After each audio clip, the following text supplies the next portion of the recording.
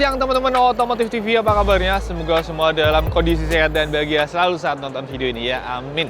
Nah teman-teman, saat ini saya berada di IMS 2024, tepatnya di booth-nya Alfa. Nah mereka meluncurkan motor baru teman-teman, yaitu ini nih, Alfa One XP. Ini merupakan versi perbaikan ya, bisa dibilang versi improvement dari Alfa One yang diluncurkan sekitar 2 tahun yang lalu. Nah, apa aja perubahannya? Oke, untuk lebih jelasnya, langsung kita detailin aja.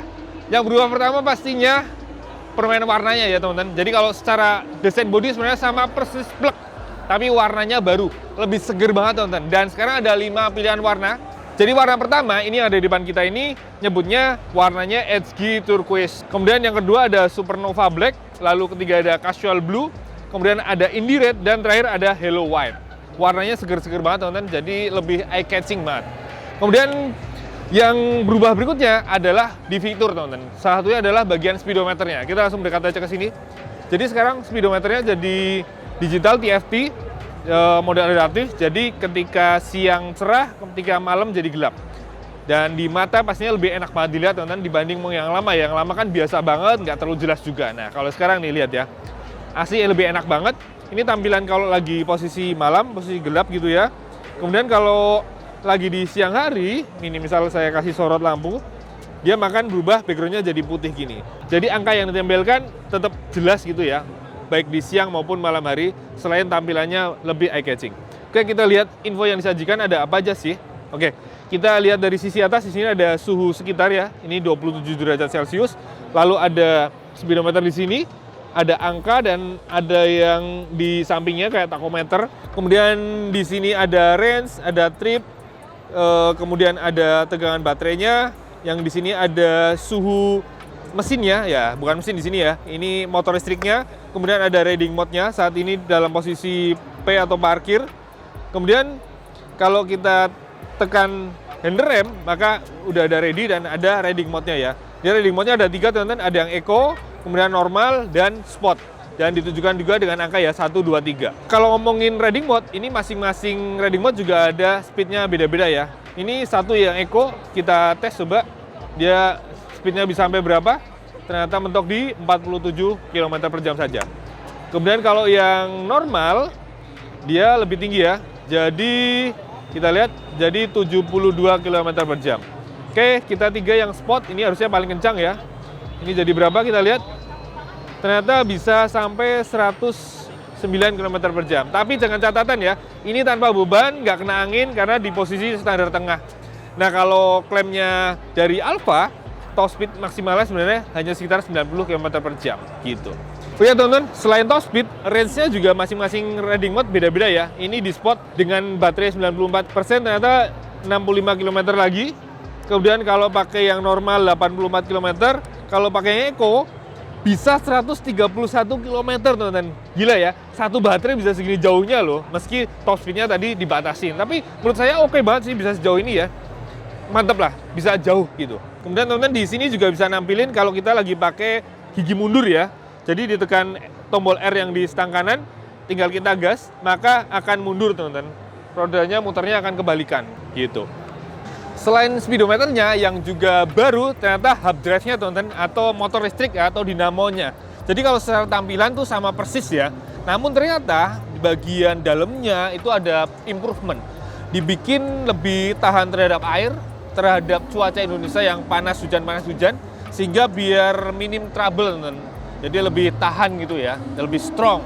Nah sementara kalau secara spesifikasinya tetap ya tak ada perubahan.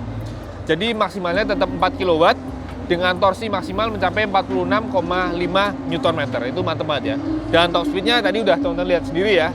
Kalau pakai yang sport bisa lebih dari 100 km per jam, meski klaimnya dari Alfa maksimal kalau dipakai itu 90 km per jam gitu. Lalu kalau kita lihat sini mendekat, kalau kita lihat di area sini, bisa kita perhatian langsung adalah nih motor listriknya model hub ya, gede banget di dalam tengah sini. Lalu di kirinya ada remnya cakram ya, yang dikawal kaliper. Ini 2 piston, dan untuk penopang rodanya sendiri dia modelnya lengan ayun tunggal teman-teman ya. Jadi lengan ayunnya cuma ada sisi kiri, kelihatan ya, besi dengan las-lasan gitu. Lalu ditopang dengan suspensi belakang tunggal di sisi kiri, yang mana dia ada setelan preloadnya 5 tingkat gitu. Jadi bisa diputar sesuaikan dengan beban. Dan di sini juga kelihatan di dalamnya ada kabel besarnya ya, yang buat mengantarkan listrik tegangan tinggi dari controller ke motor listriknya ke dalam sini, gitu. Oke, selanjutnya kita lihat fitur-fitur lainnya. Fitur andalannya salah satunya adalah pastinya ada kayak semacam bagasi di balik jok, teman-teman. Nih, lumayan gede ya untuk sebuah motor listrik. Di sini masih bisa buat naruh kayak jas hujan atau barang-barang lain. Dan ini kalau kita buka, di dalamnya bersarang baterainya, teman-teman. Nih, baterainya di bagian depan utamanya. Kalau pakai satu baterai cuma ditaruh sini. Dan ada slot satu lagi buat baterai kedua di bagian sini. Makanya kabelnya sudah ada dua. Jadi kalau pakai dua, tadi range-nya bisa sampai 140 km.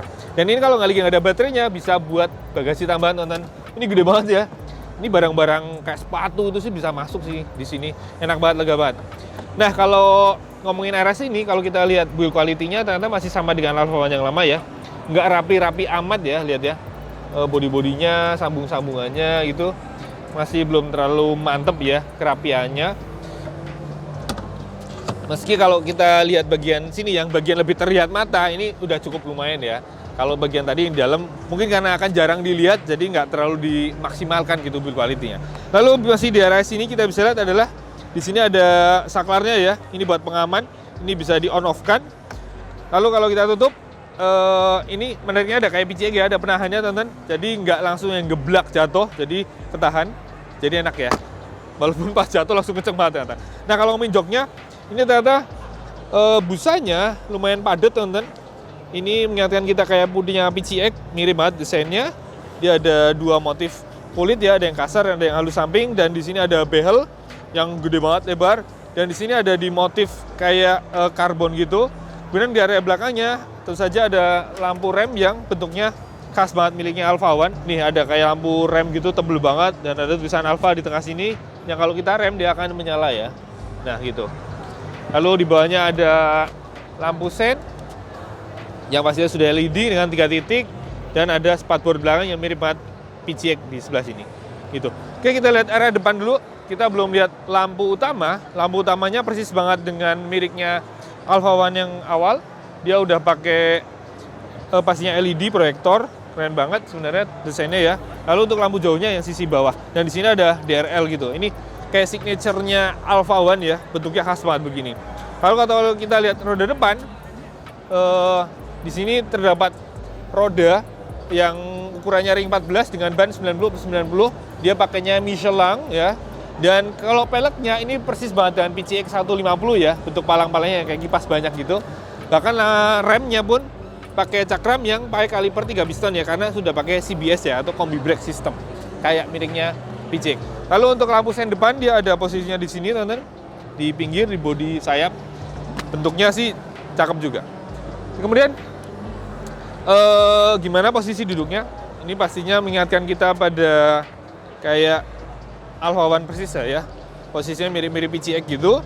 Bisa selonjoran ya, hampir selonjoran, masih agak nekuk. Lalu kalau di bagian deck yang datar kita bisa maju mundur gitu, lega banget. Dan joknya nggak empuk-empuk amat, tapi juga nggak yang keras-keras banget ya. Lalu posisi duduknya gini, cukup santai. Setangnya lumayan dekat, lumayan tinggi, jadi yap, buat harian sih pastinya akan santai banget gitu. Oh ya, perubahan yang lain teman-teman, selain tadi speedometer dan hub drive-nya, yang berubah satu lagi adalah harga.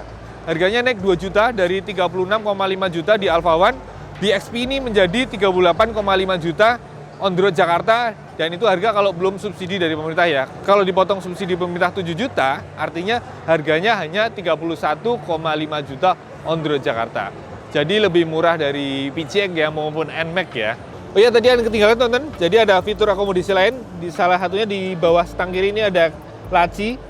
Nggak gede-gede amat, tapi lumayan lah buat barang-barang kecil bisa masuk. Dan di dalamnya ada USB portnya, bisa ngecas smartphone di sisi sini. Tuh modelnya USB Type A. Lalu di sini, ini bukan tempat bensin ya. Ini jadi buat port kalau ngecas. Nah, teman-teman, kalau kita buka di dalamnya ada colokan buat ngecasnya. Nah, gini. Jadi ini kalau di motor bensin kan di PCX ini dipakai buat ngisi bensin ya. Nah, kalau kita perhatiin di sisi sini teman-teman, nih sebenarnya masih sangat sayangkan ya, masih kurang presisi teman-teman. Nih, ketemunya bodi depan dan belakang belum terlalu plek pas, terus masih agak ada renggang-renggang dikit.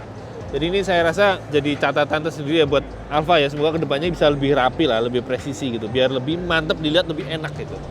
Kemudian teman-teman untuk kunci kontak masih manual ya. Nih masih colok-colok dengan pengaman magnet. Dan sebelahnya ada buat buka jok dan buka yang buat ngecas. Dan disertai juga dengan remote ya tuh. Oh ya kalau ngomongin Alfa One, salah satu yang menarik ya Alfa pada umumnya ya. Ini juga ada aplikasi ya teman-teman. Yang ada banyak fitur teman-teman. Yaitu ada on-off remote, kemudian bike sharing access, lalu GPS locator dan tracker, baterai monitoring, charging station locator, dan roadside assistant. Ya itu dia teman-teman, kita lihat bareng Alfa One XP yang merupakan versi terbaru dari One. Jadi infonya setelah keluarnya XP ini, yang One sudah akan stop produksi meski mungkin saat ini masih ada stok-stok sisa ya. Jadi gimana? Menarik ya? Kalau menurut saya sih lumayan oke ya. Jadi salah satu pilihan menarik di kelas 30 jutaan untuk motor listrik. Ada iklan, nggak apa-apa. Banyak cantik. Oke, jadi ngeblank saya tadi ngomong apa. Yaudah itu aja deh video kali ini. Terima kasih buat yang sudah menonton dari awal sampai akhir. Jangan lupa like, subscribe, komen, share, nyalakan juga tombol loncengnya. Dan jangan lupa follow juga kami Otomotif_TV. Mampir juga ke www.otomotifnya.com untuk info-info terbaru tentang dunia otomotif. Oke, sampai jumpa di video berikutnya. Jangan lupa pakai helm kalian motor.